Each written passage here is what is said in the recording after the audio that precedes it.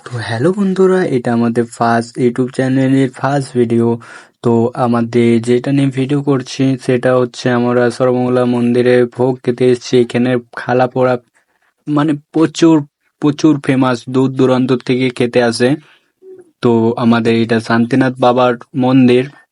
তো এখন কাজ চলছে বলে ঢাকা আছে, দেখতেই পাচ্ছ বন্ধুরা। চলো মায়ের মন্দির থেকে ঘুরে আসা যাক। মা সর্বমঙ্গলা মায়ের মন্দির।